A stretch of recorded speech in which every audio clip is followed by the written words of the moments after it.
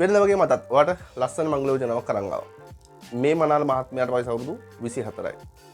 උඩ අවුරුදු 18 20 22 වයස් සීමාවේ පසු වෙන ගෑනු ළමෙක් ඉන්නවා නම් අපිත් එක්ක ලියාපදිංචි වෙන්න පුළුවන් වගකීමක් අරගෙන ගෙදර ගිහින් තොරතුරු බලලා මේ මංගල යෝජනාව සම්බන්ධ කරලා දෙනවා. මේ මංගල යෝජනාව හරි ගියේ නැත්නම් අපි ඉස්සරහට තවත් මංගල යෝජනා හොයනවා. මේක අපි මෙතන කරන දෙයක්. නමුත් මේක කරන්න කලින් ඔයාලට මූලික අවබෝධයක් දෙන්න අපි මෙතන මොකක්ද කරන්න කියලා. මෙතනදී අපි ඔයාගේ ප්‍රොපෝසල් එක බාරගත්තට පස්සේ ඔයාගේ මංගල යෝජනාව kapumahatta.com වෙබ් අඩවියට දානවා. මේ මංගල යෝජනා ටික ඔයා ගිහිල්ලා බලන්න ඔයාට ගැළපෙන කෙනෙක් ඉන්නවද කියලා. මෙයාගේ නම දුරකථන අංක ඡායාරූප දෙන්නේ නැහැ. නමුත් ලියාපදිංචි වුණාට පස්සේ මේ අවශ්‍ය තොරතුරු සියල්ලම දෙනවා. නමුත් කතා කරන්න කලින් මේ විස්තර ටික kapumahatta.com වෙබ් අඩවියට ගිහිල්ලා බලන්න. kapumahatta YouTube channel එකේ තියෙන වීඩියෝස් පැහැදිලි කිරීම බලන්න. හරි. මනාල මහත්මයාගේ සම්පූර්ණ තොරතුරු අපි දැන් පොඩ්ඩක් බලමු. මනාල මහත්මයාගේ උපන්දිනය 2001 11 වෙනි මාසේ 8. උසාවි 5 අඟල් 4යි බර කිලෝ 54ක් තියෙන. අතරම මනාල මහත්මයා බැලුවා කොළ ලස්සනයි. මේ විස්තර අපි ඉස්සරහට කතා කරගෙන යමු. මනාල මහත්මයාගේ දිස්ත්‍රික්කයේ කුරුණෑගල ආසන්නම නගරය මගුලාගම පළාත වයඹ. මනාල මහත්මයාගේ පෙනුම තලලු කඩවසම් පෙනුමක් තියෙනවා. තාමව විවාහකයි. ශාරීරික ආබාධ නැහැ. බොනෝන රෝග නැහැ. මනාල මහත්මයා මේ වෙනකොට තමන්ගේ ආදායම් මාර්ගයේ විදිහට වෙළඳ සැලක් පවත්වගෙන යනවා. ඒක පොඩි කඩයක් වෙන්න පුළුවන්. මේ කියන දේවල් හොඳට අවබෝධ කරගන්න.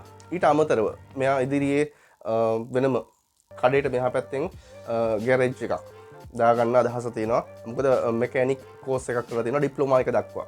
ඒ වගේ තමයි පැහැදිලිවම කියන්න ඕන දියුණුවට මාර උත්සාහවන්ත ළමෙක්.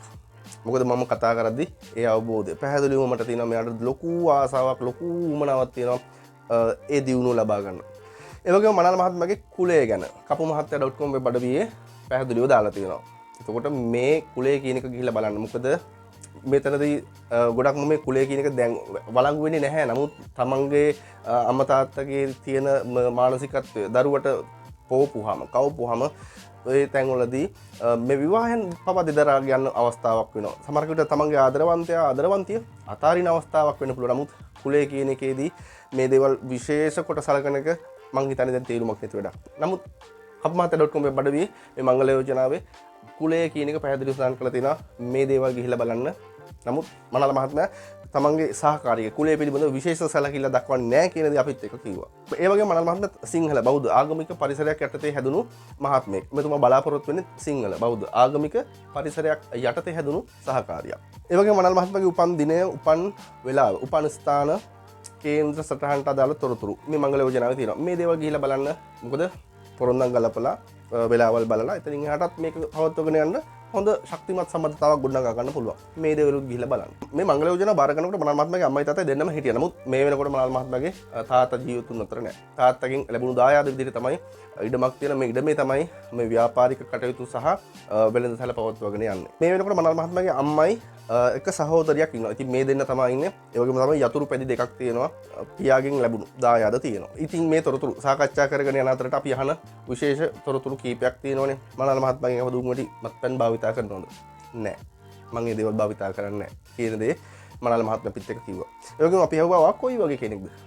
මෙන්න මේ තොරතුරු තමයි සහකාරියක් හොයද්දී වැදගත් වෙන දේවල්. ඉතින් මෙතනදී මනාල මහත්මයා කියපු දේවල් ඒ විදිහටම වට කියන්නවා. මම දුසිරිතෙන් තොරයි දියුණුවට උත්සාහවන්තයි. පුංචි කාලේ ඉඳලා පවුලේ ඇත් එක තමයි හැදී වැඩුණේ. ඒ වගේම අම්මට ගොඩක් ලෙන්ගතුයි.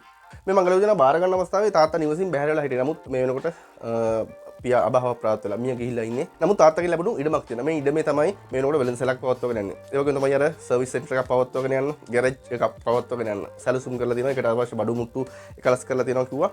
මේ අවස්ථාවේ මේ මංගල යෝජනාව බාර ගන්න අවස්ථාවේ. නමුත් මේ වෙනකොට ඒකේ ප්‍රගතියක් අනිවාර්යෙන් තියෙන්න ඕන. අපි ඒකත් අනිවාර්යෙන් ගෙදර ගිහින් තොරතුරු බලලා වගකීමක් අරගෙන මේ මංගල යෝජනාව සම්බන්ධ කරලා දෙන්න.